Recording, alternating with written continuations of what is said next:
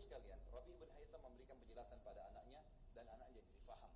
Lalu kemudian anaknya masuk. Kejadian ketiga di rumahnya, murid-muridnya bilang, wahai imam, kiai, nasihatin kami dalam masalah ibadah. Apa nasihat anda dalam masalah ibadah? Sholat, puasa, apa nasihat anda? Kata beliau satu kalimat, maknanya luar biasa, bobotnya sangat luar biasa. Dia bilang, alaikum bil asrar, rahasiakan amal soleh kalian. Itu aja. Udah sholat malam, diam, tidak usah diekspos. Ada orang masuk ke kantor kerja, aduh pegel nih, kenapa? Semalam tahajud. Itu apa? Untuk apa Bapak Ibu sekalian? Kalau mau diceritakan kepada orang, ada saran saya begini. Kalau mau jalankan silakan. Siapa target anda untuk diceritakan besok sholat malam? Datangin rumahnya jam 2 malam, ketuk, pasang sejadah, nih saya mau sholat, lihat ya. Gak usah tunggu besok, repot-repot. Ngapain? Gitu kan? Rahasiakan. Kata Nabi Muhammad SAW dalam hadis riwayat Muslim, Inna Allah yuhibbut taqiyul ghani. Allah cinta dengan seorang hamba yang taqi. Taqi itu patuh sama Allah. Yang diperintahkan kerjakan, dilarang tinggalkan. Yang halal nikmatin, yang haram tinggalkan. Itu orang yang bertakwa. Dan ghani, kaya, suka berinfak, wal khafi, dan suka menyembunyikan, merahasiakan amal saleh. Tolong perbaikin poin ini ya. Saya sering sebarkan di pengajian saya. Kalau mau umroh sama haji, gak usah pakai alamat acara walimah safar. Tahu gak apa itu walimah? Ada yang tahu artinya? Ya, makanan, acara makanan untuk orang kawin, nikah. Itu walimah. Di Indonesia supaya ada bahasa Arabnya, dipakai walimah, tambah safar, perjalanan. Berarti acara makanan perkawinan untuk orang safar. Apa hubungannya? Saya pernah tanya di Jakarta sama jemaah saya, Bapak Ibu sekalian mau umrah mau haji ini, ngapain buat walimah safar? Coba jawab apa adanya. Untuk didoain Ustaz. Baik. Kalau untuk didoain, Bapak Ibu keliru. Karena yang sedang mau ke Mekah, tempat Ka'bah, kiblat kaum muslimin, tempat diijabah doa, Anda yang doakan orang, bukan minta didoain. Untuk minta maaf Ustaz. Alasan yang kedua, saya bilang dalam Islam Bapak Ibu sekalian, jangan pejamkan mata kita malam hari kecuali sudah minta maaf sama semua orang yang pernah kita buat salah. Karena kalau meninggal ketemunya hari kiamat, gak bisa lagi di sini. Jangan tunggu kalau mau haji atau umrah, gak ada hubungannya.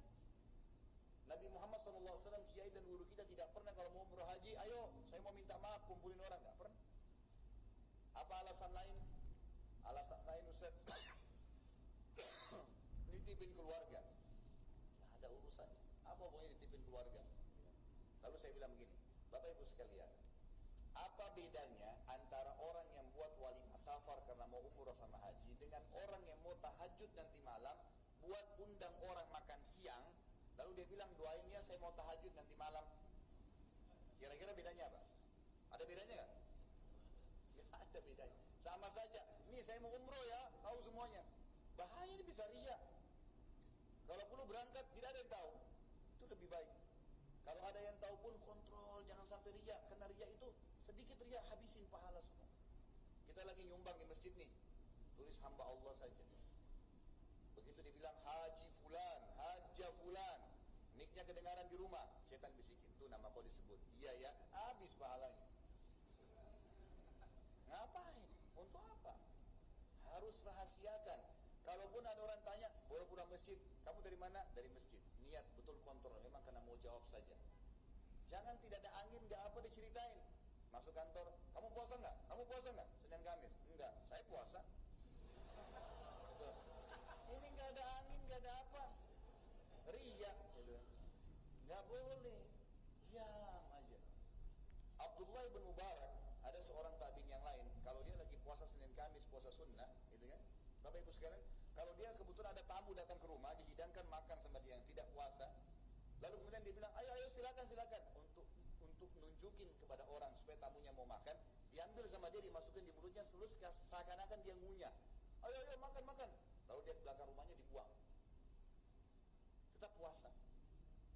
Ini enggak, baru sedikit godaan, haus nih, setan bisikin, minum aja, nggak apa-apa kan puasa sunnah, batal lagi. Kendor. Ingat, ibadah yang kita kerjakan, Bapak Ibu sekalian, ada dua kata kuncinya. Yang pertama harus dipaksakan. Ibu nggak paksain nih sholat tahajud, sampai mati nggak bakal tahajud. Dan masalahnya buku amal kita kosong terus dari tahajud. Nggak bisa, harus paksa. Paksa diri untuk melangkah ambil tuh Quran di masjid atau di rumah, jangan dirak, ambil baca 10 menit 15 menit baru bisa. Kalau enggak sampai hari kiamat tuh tidak berganti-ganti, mungkin 7 turunan cucu kita juga tidak baca. Paksain. Sampai kapan Bapak Ibu nggak mau puasa Senin Kamis? Saya tanya, sampai kapan? Karena sunnah, ingat buku amal, ini poin kedua. Selain dipaksakan, di buku amal kita akan kosong dan tidak bisa diperbaiki. Begini contohnya. Hari Kamis, Senin Kamis nih, kita rasa panas. Semua orang juga yang puasa rasa panas. Tapi ingat, tidak ada orang mati karena puasa, gitu kan? Itu hanya kecuali ajalnya datang. Dan maghrib nggak kemana-mana, pasti datang maghribnya. Ini enggak, seumur hidupnya Ramadan aja terus. Itu pun Allah luar biasa keluhannya. Panaslah, beginilah, 1 bulan ya. Padahal pahalanya banyak, gitu kan? Kalau Bapak Ibu tidak Senin Kamis, nggak berdosa. Tapi ingat, buku amal kita hari Senin tanggal 1 Mei misalnya tidak puasa nih. Buku amal kita hari Senin itu mestinya ada catengan. Puasa Senin Kamis kosong, dan biar Bapak Ibu nangis darah nggak bisa perbaiki sampai hari kiamat. Saya pernah terapkan subhanallah dalam hidup saya, kita berbagi ya. Saya pernah tangkap kisah Sa'id bin Musayyib, seorang ulama tabi'in masyhur. Beliau mengatakan tentang dirinya, dan ini tidak masuk riya kalau kita bisa ngontrol ya. Masuk firman Allah, fa'amma bi nikmati rabbika fahaddits. Ada nikmat Allah yang boleh kita ceritakan dari ibadah asal bisa ngontrol, tidak riya, gitu kan. Dia mengatakan, saya menjaga sholat 5 waktu di masjid selama 40 tahun, tidak pernah ketinggalan takbiratul ihram pertama imam. Imam Allah Akbar, ya Allah Akbar, 40 tahun, bayangin. Subuh, duhur, asar, maghrib, isya di masjid terus, luar biasa. Ada hadis Nabi apa? Siapa yang menjaga 40 hari takbiratul ihram pertama imam, Imam Allah Akbar, dia Allah Akbar 40 hari, dijamin baginya hilang dari sifat kemunafikan. Gak akan jadi munafik selamanya, gak pernah bohong selamanya, gak pernah khianat amanah, gak pernah pungkiri janji selamanya. Allah janji 40 hari tadi non-stop. Ini orang 40 tahun. Saya coba terapkan dalam hidup saya. Subhanallah, satu waktu di Jakarta ada tamu saya datang. Waktu itu duhur itu sekitar jam 12:10. Dengan perubahan waktu, saya nggak ikutin perubahan waktu, tiba-tiba berubah jadi 12 kurang 10. Gitu kan? Ada tamu datang, rumahnya sudah azan, saya nggak dengar. Sampai jam 12:10 kok nggak ada dengar azan nih. Jam 12:12 kok belum azan. Saya bilang sama tamu, ayo kita ke masjid yuk, kayaknya sudah masuk waktu nih. Saya ke sana, subhanallah, sudah sujud rakaat pertama. Saya bilang perubahan waktu kalau gitu, kita masuk. Begitu saya mau takbir, subhanallah, mau sujud ikutin, walaupun hilang 1 rakaat, saya sempat muhasabah sejenak. Beberapa detik saya bilang, subhanallah, saya bahkan tidak bisa bilang sama imam, kembali dong ke rakaat pertama, saya mau ikut dari awal. Gak bisa. Buku amal saya sampai hari kiamat di waktu itu masbuk 1 rakaat. Tidak bisa diperbaiki. Dan ini nanti yang membedakan derajat kita di surga, Bapak Ibu sekalian. Jangan sia-siain amal baik. Kalau amal buruk, orang maksiat 50 tahun taubat Allah bisa ampuni. Amal pahala nggak bisa, amal baik jangan sia-siakan. Saya pernah keluar dari taklim di Jakarta, subhanallah, ada satu ibu habis taklim kebetulan azan duhur. Ibu itu bajunya tua sekali sama anaknya, terus kasih isyarat minta uang. Saya kena takut ketinggalan sholat, gitu kan. Kemudian saya bilang, Bu, sebentar saya sholat dulu ya, saya ke masjid. Selesai sholat sunnah, saya kembali, ibu itu sudah tidak ada. Saya cari-cari nggak ada. Sampai saya naik mobil saya 3 kali saya putar di situ. Tidak ketemu ibu-ibu. Lalu kemudian saya sempat muhasabah. Saya bilang pada diri saya sendiri, ini penting ya, muhasabah diri saya itu penting.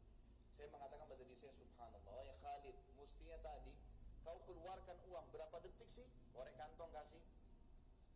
Tapi syaitan bisa masuk di situ. Nanti aja habis sholat. Orang perlu, dia sudah pergi.